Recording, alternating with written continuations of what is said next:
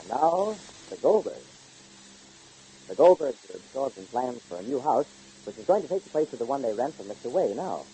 But Molly has a weather eye on Oriane, Mr. Way, and young Dr. Cater, Jr., for something very exciting is brewing in that direction. Young Dr. Cater proposed to Oriane, and was rejected in no uncertain terms. And because Dr. Cater crowed a little over Edward Way, Oriane, trying to make Way realize that his past didn't matter to her, overemphasized her opinion of him. Well, today Oriane learns that she gave Way the wrong idea. Meanwhile...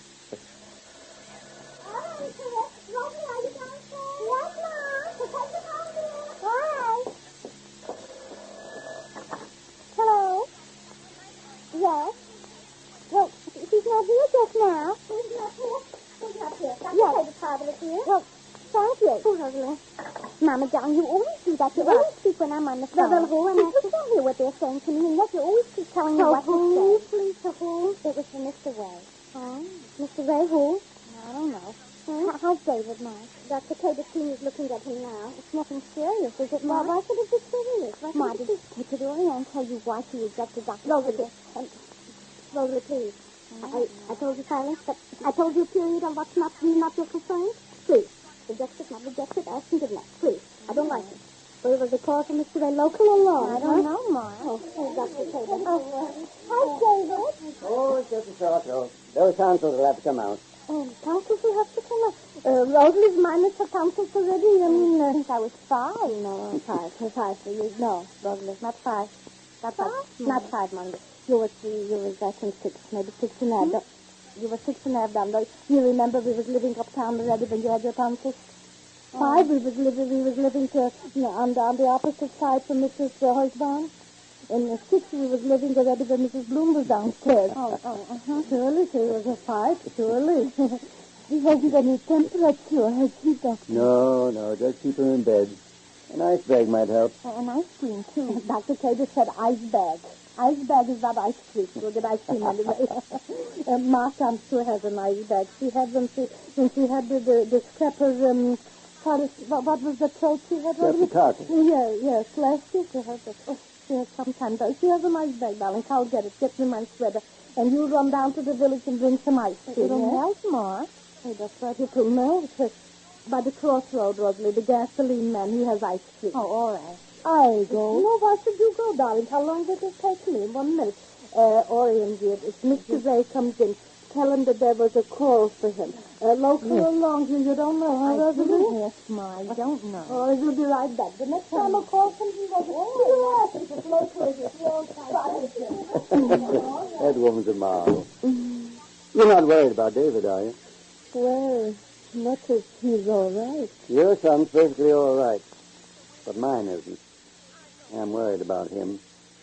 You know, Mrs. Leland, even though my son is quite adult, in most ways, I still worry about him. Isn't he feeling well? No. Fever? I think it's temperament, not temperature. You see, even though Chris is an eminent psychiatrist, I'm an eminent father. Something's worrying Chris, gnawing at him, bothering him. Dr. Cater will soon get over it. No, I don't think so. It looks like a bad case to me. A bad case of what? Emotional disturbance. Poor Chris. He's always been his own master until he got interested. I suppose I ought to know what you're talking about. Yes. I do. Ah. Then tell me what's wrong, Oriane. Your son proposed to me. So I gathered. He told you? No. He told me that you had a vile disposition, were ugly, foolish, and never would understand a thing in the world. So I gathered from that he loved you and had asked you to marry him. And that you refused. Yes. I'm sorry for Chris, but of course I'm not here to plead his case. Love's a bed that each man must make up for himself. I had to refuse him. Well, if you don't return his affections, you had no choice. I'm not sure he has any affection for me at all. Oh. Your son is extremely vain, Dr. Cater. Very human of him. He likes me a little, I'm sure. And then when I refused his help and went into partnership with Mr. Way, Chris got a little angry. my preferring Mr. Way's business to your son's hate. I think he wanted to marry me in order to prove that his advice was best. But I'm not a fool or a schoolgirl, Dr. Cater. You're not a schoolgirl, but you may very well be a fool. Just for the sake of conversation, I mean. So far as I know, you're the first woman to whom Chris has proposed. Well, I guess it was you. I suppose you'll get over it. You can be sensible as well as foolish. But I think you're in love with my son, Oriane. I could be. Mm-hmm. You are. Even if I were, I wouldn't marry him. Mm-hmm. Not now. Not till I was sure of just what I meant to him. I'm not a football in a game of vanity that he's playing with his opinion of my opinion of him. So you are in love with him. I just explained to you, Dr. Cater, That you really love him very much. so you realize that the woman in my... Well, if you love him and he loves you, there's nothing for me to bother about. I guess I'll go now. Oh, that's probably for me. I've got another call waiting. Hello? Yes? Yes? Mr. Way? Let me Way be back. I think he went over to the lumber yard. Who's calling? Who's calling? We can try in a half hour. Try again in a half hour. All right. I will. What? Operator 64. All right, I will. Tell Mr. Way to call Operator 64 when he gets in. Yes. I didn't know there was a Mrs. Way. Oh, Mr. Way, there's a telephone call for you. For me? Operator 64 will get them for you. Oh, thank you. I'll stop in and see David again tomorrow. Thanks, Dr. Cater. Please don't Don't say... worry, Oriane. A doctor can keep everybody's secret but his own. I'll see you tomorrow. Operator 64, please.